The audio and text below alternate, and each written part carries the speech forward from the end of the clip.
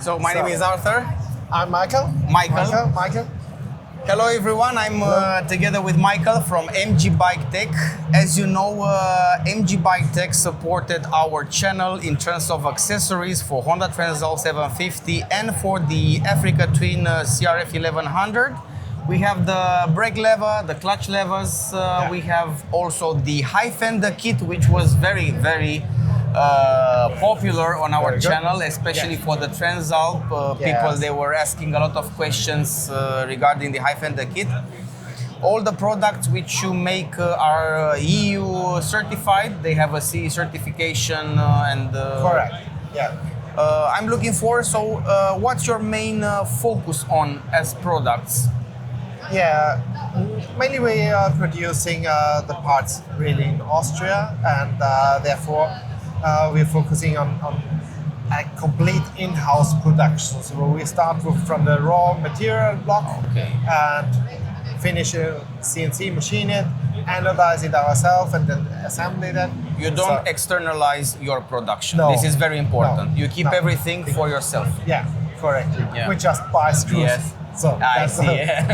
so our main products are the levers, the tail tidy or FENDER kit, and just as a new one, we have mirrors, standard mirrors, handlebar mirrors, or some kind of supermoto style mirrors. Yes, you're flexible. What about adventure style mirrors? Do you have in mind to?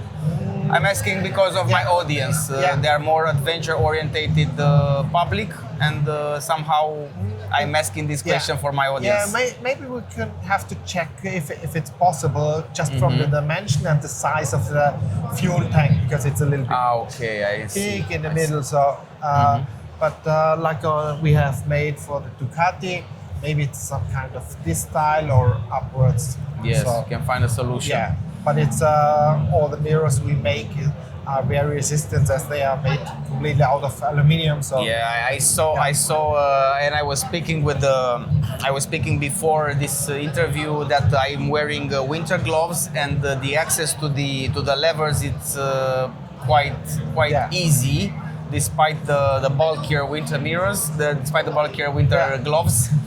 The quality. So far, no issues whatsoever. No. Adjustability, it's one of the top.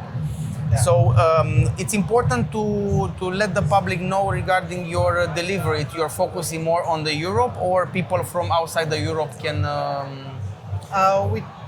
Let me say we just produce for all countries.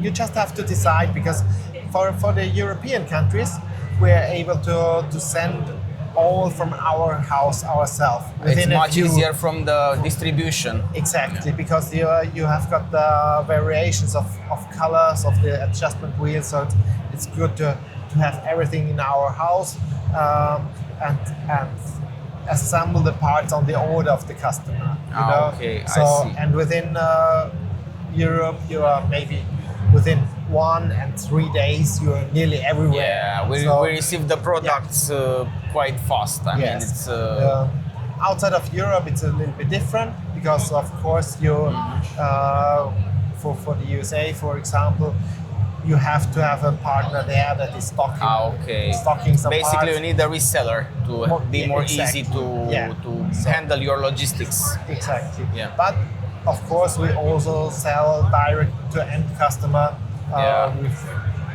With very good contracts with high, let me say, most of the delivery companies. They can take over your orders. Yes. Yeah. So what we have here, what we see on the screen, what it's presented. It's your production line, or it's your factory? More or less, it shows some of our products, just to show to the exhibition audience and what we are doing, but also there will come some, let me say, in-house production, also from our production. You're focusing on products that also they don't need certification. For example, these small tank protectors, these some they need certification, some they don't need, right? Exactly, yeah. Especially in Austria and Germany, I know the rules are quite Yeah. strict in terms Yeah. of certifications Correct. for mirrors, for even for handlebar, for Yes. Levers. Correctly. It depends. It's if it's some safety relevant. This is part. this is our. Yeah. You also produce for the gear levers. Exactly. We have it. Gear levels, this we one have is very nice. Rear sets for, let me say, super sport motorcycles as well. We're Yeah. starting more and more also on Rear set. naked or high capacity naked bikes, Mm-hmm. for example, for this kind of support. Yeah. Right.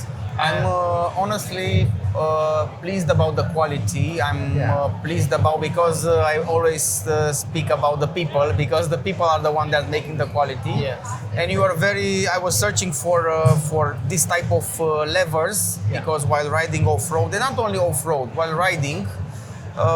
The OEM levers usually most of the time 99% of the time they're too big, they don't offer so much adjustability. If you put them too wide, then they're too big. If you put them too close, they hit the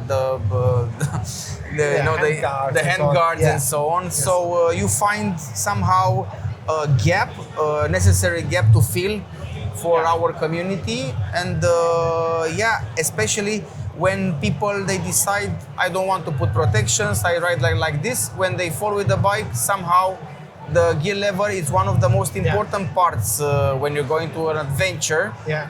If you fall with the bike and you don't have a clutch lever where it's broken. Exactly. Yeah. It's not only when you're riding completely off-road, even when you're, let me say, on a longer trip far away Yeah. from home and you go for lunch in the meantime and it falls off in the meantime. Exactly. And maybe the original will break and we have a folding pivot to have the chance of absolutely to just turn it back and go. I saw you're selling spare parts. Spare part as a if the part is broken, people can buy it. So yes, correct. from your experience, when you fall with a lever, let's say off-road, light off-road, you press the bike at a small impact, is not bent, but you have this flexible, let's say, bolt where the lever will bend naturally and you put it back. Yes. But also you're selling spare parts, which mean that in some cases it will bend completely, or what is your experience with this type of or from the customers, what you heard from the customers? They help us normally we're selling this part not because it was broken because of the fall. It's more or less because they don't want to have a scratched part on it anymore. Okay. So there are people I know, sensitive people, which they want a clean bike, clean accessory, not to ride with the scratched. Functionality stays. Yes. So if you are on Mongolia on adventure and you have a scratched gear lever, no one cares. As long as it's functional. Correctly. But maybe when they coming back and or in the winter when they start to, let me say, clean and wash everything and prepare for the next season, they are very often try to replace the parts that are maybe scratched or something. And we are offering these spare parts for all of our range.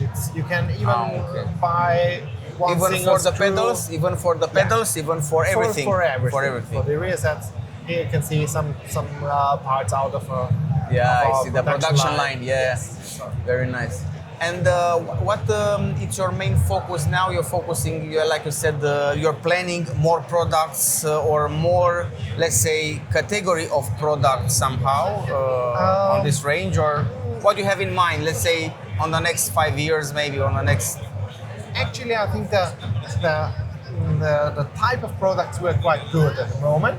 So I think that with this, with the levers, with the mirrors, with the tail tidy, and so on, we're covering the main demand of the parts. Of course, we have some smaller caps, oil filler caps, and so on. But these categories, I think that are the top part that we part could of have. this, But of course, for the next years, we're trying to let me say fit these parts as well as maybe really to increase the range of motorcycle models, you know. Okay, you keep the parts, but the range to extend. Yes, the range to extend. Make the same parts, but for more motorcycles. Exactly. Also, when you have in mind that there may be coming one of these Chinese brands Yes. as well, we will try to cover also the levers, for example, and for these brands as well. CF Moto maybe. CF Moto, Cove, like these brands. Vodge as well, yeah. Just we will see how many of them will survive in the next 5 years. I know but the adventure market Yeah. now, and we saw here on EICMA the stands with the adventure bikes are full of people. The stands with the sport bikes, they are not so crowded. Yeah. The adventure segment has increased quite a lot. People, they want to escape the city somehow, and that's why maybe the adventure segment was taking over. Maybe also the accessory brands which are making the accessories are pushing a lot on this segment of adventure. Yeah, and also to have an maybe an extra partner for spare parts for that kind of motorcycle. Yeah. You know, we will see how about the spare parts availability of these parts in the future. Yes, Or maybe it will be cheaper and faster to buy from you a lever which is broken than to wait from China for 26 months or 4 months. Yeah, correct. I know, I got your idea. Or even actually, I think they are changing a little, or their own models very often, or right at the moment too. So because they made a model for just 1-2 years, and they changed some things, small things. Yeah. But we've already seen that, for example, some levers are really just fit for the first 2 years, then they change the now to the next one. I spoke with Bogdan, my colleague, says that most of the manufacturers, they are keeping the same, I don't know, the same signal lights, the same commands for multiple bikes. Yeah. In order to make easy for the production to make, I would like a signal light, it's the same for the 10-15 bikes. Yeah. You know, this is also a thing to consider. So if you're making one product and the brands, the Honda, for example, Yamaha, they are making the same signal light, the same lever for all the 15 bikes. If you have one for one bike, it fits all the 15. Correct. So what you said before somehow can be associated. Especially what I've seen that, of course, also these Chinese brands are sometimes using Brembo or Nissin master cylinders, but maybe sometimes with some small changes, we have to be careful about that. Yeah. But maybe I'm sure that sometimes we will have some parts already, or have to make some small modifications for to see brands, what to have a really correct fitting part to that. So it's like, for example, for the Kawasaki, it's you have to really mention that sometimes they are changing really small things inside that you do not see at the first moment.